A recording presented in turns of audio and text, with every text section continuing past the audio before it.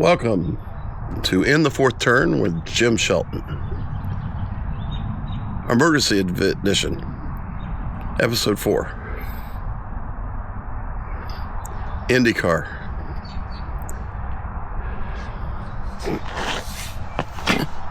Let me set up here. You guys have a real problem. Your integrity. You know, for the people that are been around for 10 or 15 years of the sport, you probably don't have much of an integrity problem because they don't know Roger Penske's history in the sport, his history of cheating, of pushing rules to the edge. Let me reference 1981, the famous Bobby Unser passes on yellow that got Mario Andretti the 500 championship for a little bit.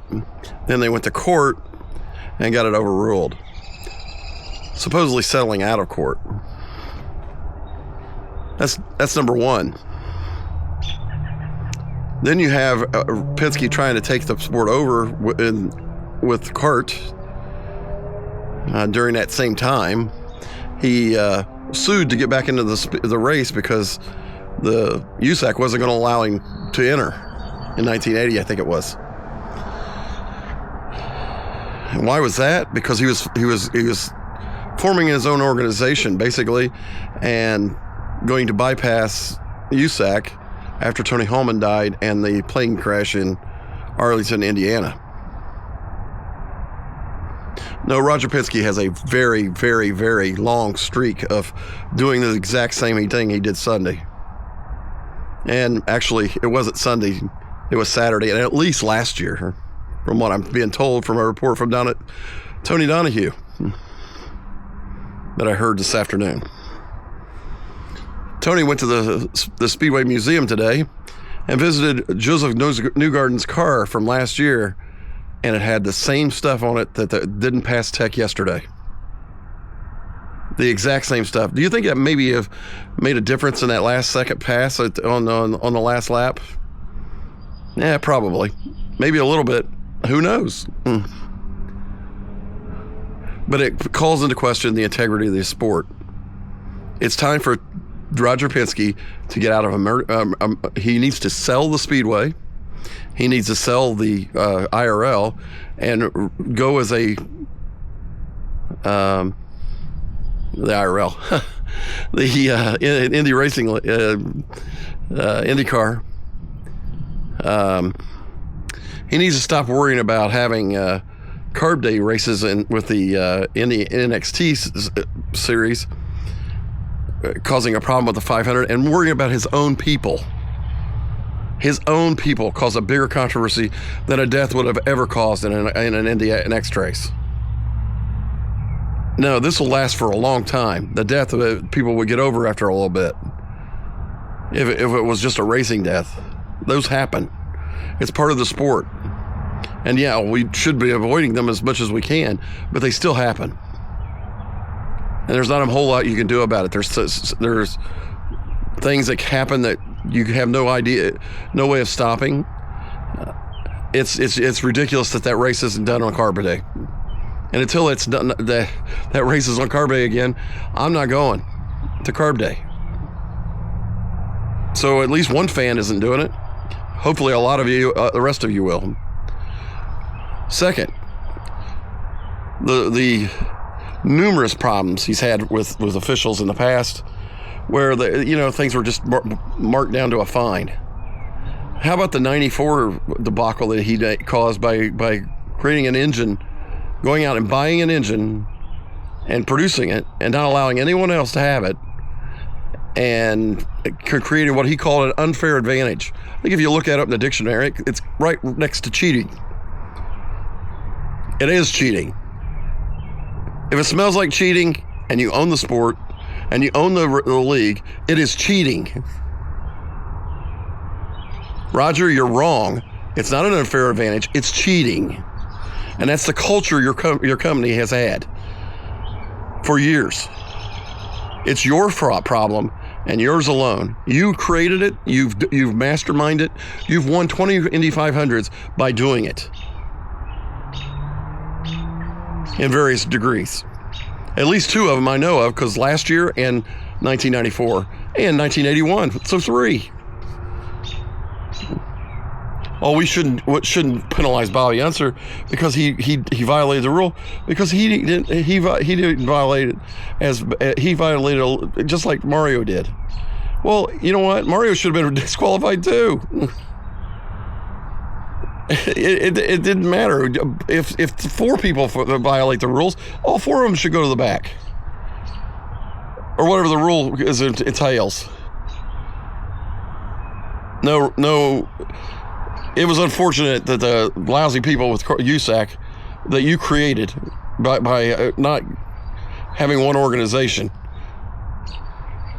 And yeah, a lot of people blame Tony George for what he did. He put the sport back on track. That's what he did.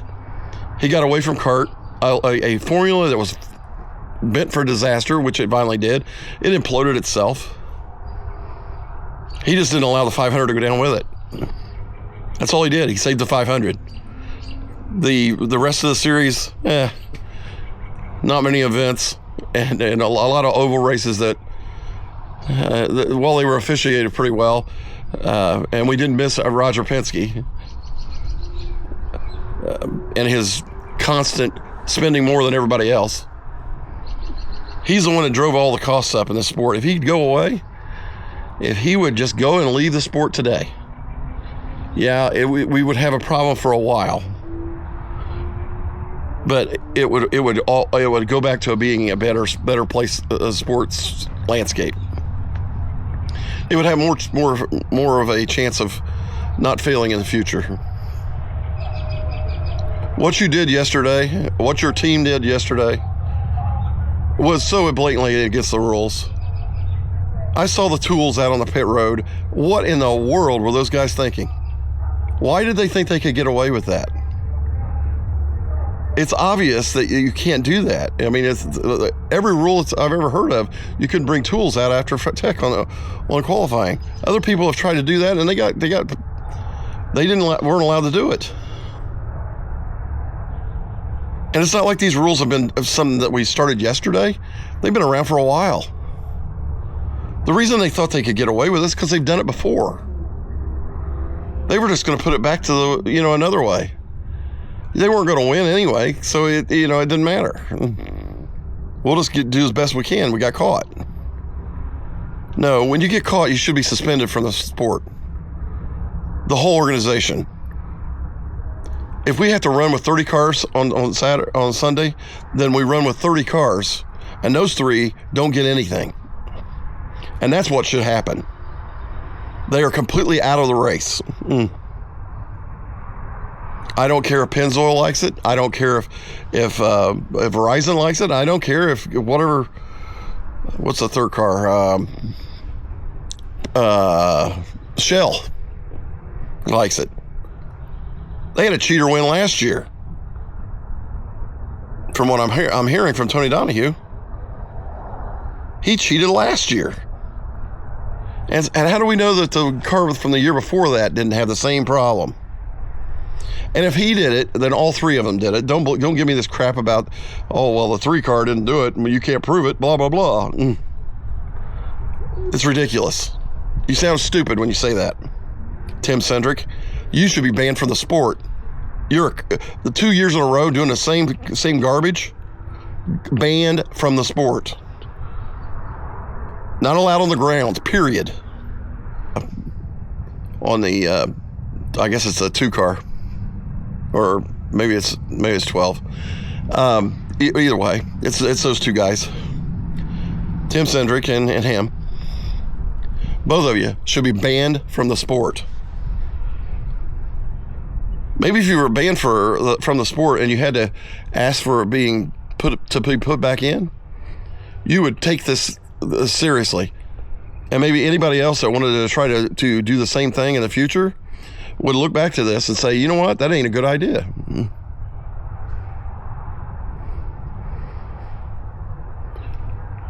That's my view from the 4th turn And I hope to God Roger Penske sells the Speedway, sells Ilmore, sells his team, and sells the IRL. The Indy race, well, it's always going to be the IRL to me. They changed the name, but it's the same organization, IndyCar. And maybe somebody will come along and develop the thing the way it should be done. Yeah, Fox is a good TV partner, and you have just slapped them in the face. Come on. The biggest event of the year. They were going to get a high rating for this. The event was announced, it was sold out. And you guys are cheating at the very same time. And you know you're doing something wrong because it says no changes to the attenuator. So if you're touching the attenuator and you change it in any way, it's a rules violation.